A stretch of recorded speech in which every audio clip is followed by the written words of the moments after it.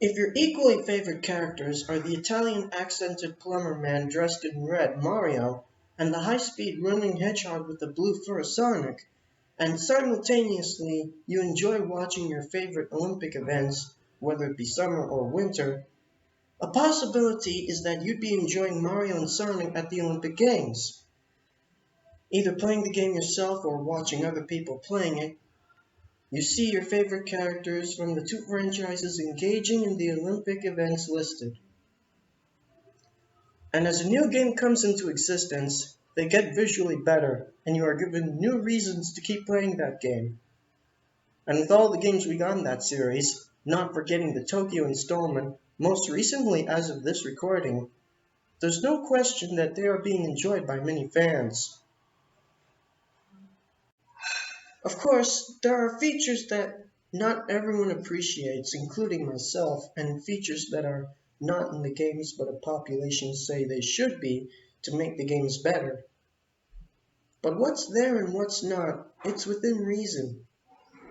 Therefore, science and common sense agree that no game in that franchise is a perfect game, and no one should ever jump to the conclusion that the latest installment is better than the previous or the best of all. I thought as much as I could about the particular game of Mario and Sonic at the Olympic Games that I would like to play, not to call it the best of the series, rather one that fits the gamer I turn out to be. And with the ideas and suggestions I devised, it is what I will talk about. In the Tokyo installment, the necessary characters wore different outfits for different events, and I actually loved it.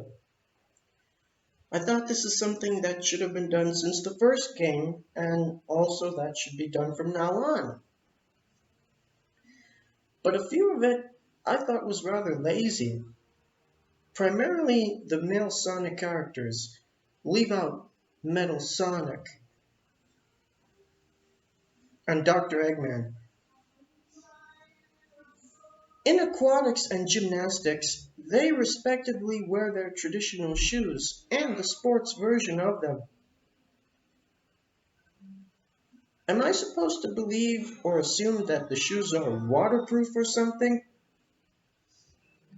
I get that it's likely a strict rule that in the Sonic franchise, the characters' feet have to be censored, at least the anthropomorphic animals with the exceptions of Big the Big Cat and Tikal the Echidna. But there's supposed to be something considered creative for that kind of situation. I think that in events where you have to be barefoot, they should be wearing a distinguishable footwear that still resembles their traditional shoes. Something like water shoes. I mean, look at the way they solved it for Amy and Blaze. And then there's the equestrian. Except Yoshi, Metal Sonic, Donkey Kong, and Bowser and Sun, everyone is wearing a uniform and boots. If they found a solution in equestrian, why couldn't the same happen for aquatics and gymnastics? So in the game I want, the necessary playable characters wear something different for each event. I want my footwear idea implemented, but everything else I'll keep. Staying with the playable characters, there needs to be as much as we can get. The way I like it, the 20 playable characters are available from the start. Then, as I would like to get used to it, you unlock new characters by playing and winning events, whether it has to be done a number of times and or as which character. I could have said beat them in the manner of boss battles, but there can't really be enough favorite characters for all of the events. Stay with me on this one. The unlockable characters I want are as listed and follows. From the Sonic franchise, I want Jet, Wave, Storm, Espio, Rouge, Omega, Cream, and Zavok. From the Mario franchise, I want Rosalina, Nabbit, Diddy Kong, Pom Pom, Pauline, Egad, Topper, and Glidon. Trust me, I did the best research I could on this. Last but not least, the Mies. They're supposed to be like human avatars whose appearances can be customized. I'm not clear about why they were dropped in the Tokyo installment, but as much as I wasn't comfortable with how overboard they went with, it's a quite bummer that they are not in on the action this time. So here's how I would want it to work. After selecting the nation that you live in, you are given 4 free Mies to start your collection, and you obtain 10 more by completing objectives just as you unlock the new characters. And you can customize their skin color, hair, and facial features. And they too wear specific outfits for different events, so there is no hassling with the costumes. Also, the outfits the Mies wear are color-coded with the national flag to represent your home nation. If the same is to be done to the Mario and Sonic characters in the event that 2 of the same character are representing different countries, just show the flag on their outfits. As for the other characters I want the Birdos, Boom Booms, and Egg Puns reprising their secondary roles. And as the officials and referees, I want there to be Lakitu, Charmy Bee, Orbot, and Cubot, and if there'd be a Toad, there should be Toadette. And I don't see why not Monty Mole. Now in some specific events, Big the Big Cat and Petey Piranha are main officials or referees. Honestly, I really don't want them to be left out. So with the new characters and Mies, and not including the secondary playable characters, the total number of characters to play as is an even 50. It's a good number to wield. Now, I want each character to have his or her own special animations for celebrating, clapping, and performing a special dash. Mario and Luigi have the same special dash, I'm fine with that. But I want the Miis to have their own special dash. Also, Mario, Sonic, Tails, and the Miis have the same clapping animation. I think there should be something unique for each of them. I also want the characters to have different and unique statistics. But all the Miis should have the same all-around statistics. And that is something from the London installment which I truly give admiration to.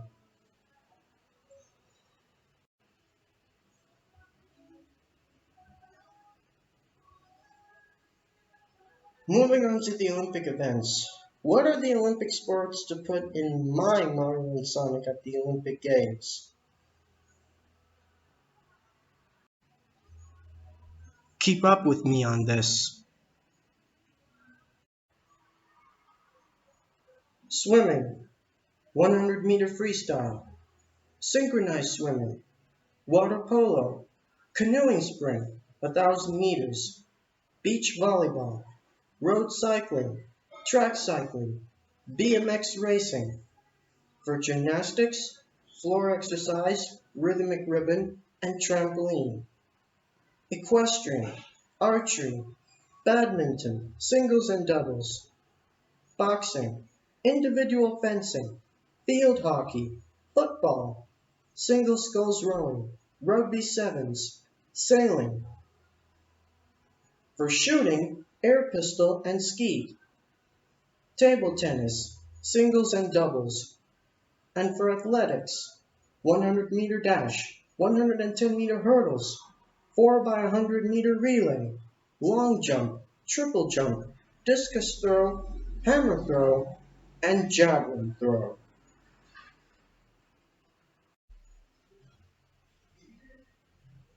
I'm not including the dream events because I'm not into the characters hurting each other so much. What about the venues where the events take place? They don't have to be real places on Earth. They can be made up places which the scenery and backgrounds partially draw inspiration from or is partially based on the worlds and levels of the platformer games from both franchises. You think about it, and then you'll understand what I mean. As for the soundtrack of music, for each and every event, I want the music to be both memorable and enjoyable while playing at the right pace and with the right level of energy. It should not be songs from the games, but the traditional music from the games from both franchises. I want something like a combination from them. What I mean is the usual instruments or instrumentation to make the music for the respective games be mixed together. The same goes for the music for the main menu.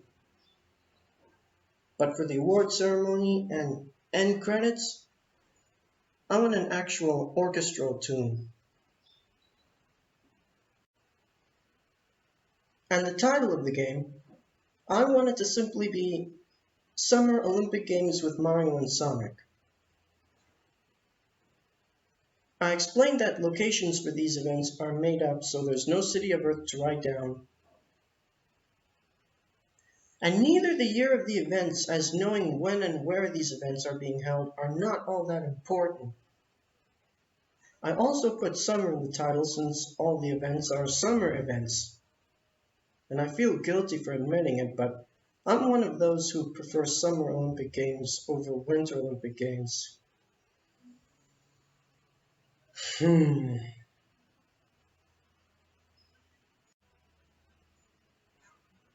The controls for gameplay. In short, pressing buttons is the easiest for me. Requirements I can accept are to press a button at the right time, press and hold one button for a specific period, keep pressing a button at an even pace during a race, and press a few buttons at a time to perform tricks at specific events.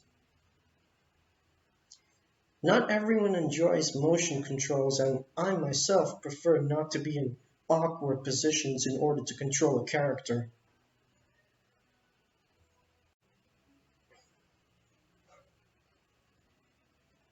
Now, the overall content in the game, events aside, should be 50% Mario and 50% Sonic, so that there's a balance between the two franchises, and that clarifies that the game is indeed a crossover. And there should be no story mode because I see no point of the game needing one, much less that there isn't a plot line logical enough to implement. The developing and publishing of the game and choosing which consoles to play it on, that firstly involves explaining. Every hardcore gamer who is well experienced with Mario and Sonic knows that these two characters are created by different gaming companies and are in fact mascots of them. Mario for Nintendo and Sonic for Sega.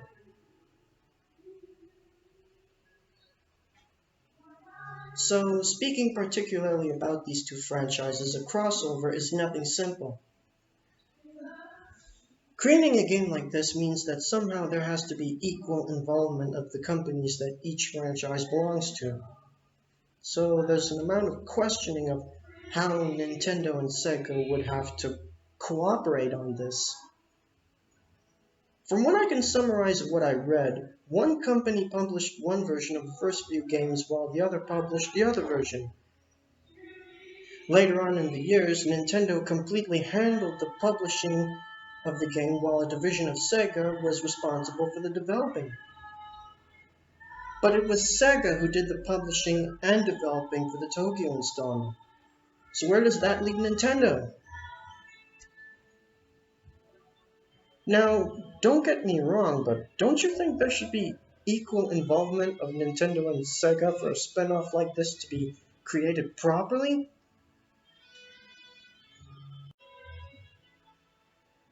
And then there's deciding what console to play the game on.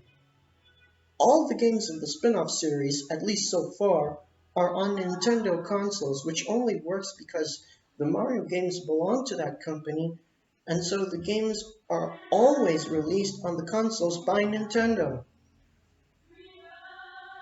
But where does that leave Sega? If that company was still making their own consoles right now, would the Mario and Sonic games be released for them as well? I reckon that with the other release consoles being more successful, Sega would rather not copycat and otherwise aggravate the other companies. So pretty much all their published games, including the Sonic games, are any console chosen if you know what I mean. And therefore, Sega doesn't seem to grumble about Mario and Sonic being in one game to be played only on a Nintendo console.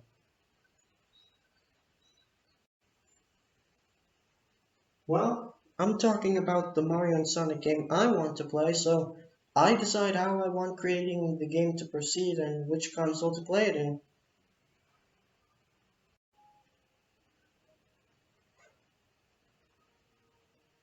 See if this works. The publishing and developing is done by completely different gaming companies. Doesn't matter if they're independent or private, yet there is still equal involvement of both major companies. And the game is released on all current generation consoles. There can be exclusive content for the version for the Nintendo console and the Sega console, if they were still making consoles. In fact, all versions of the different consoles have their own exclusivity.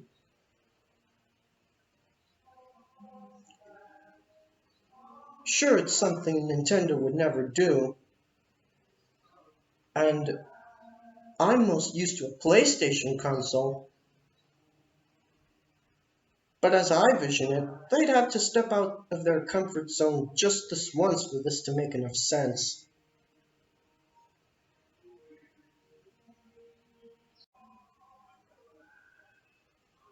Finally, I verified that although it is one person at a time owning one copy of the game at a time, 4 people maximum can play at any event, hence single player and multiplayer gameplay.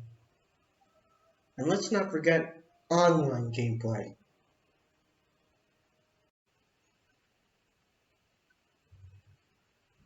So those are the features of the game that I prefer to be a player of.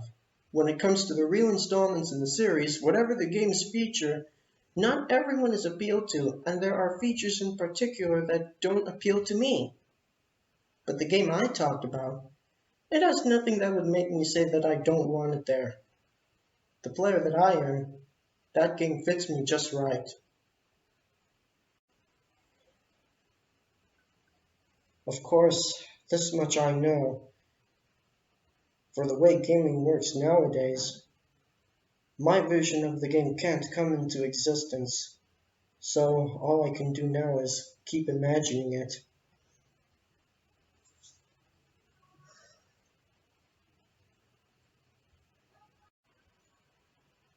Anyway, I now turn it to you.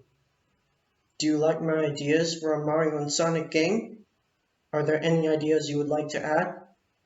And what Mario and Sonic game do you want? Let me read what your opinion is. And thanks for watching.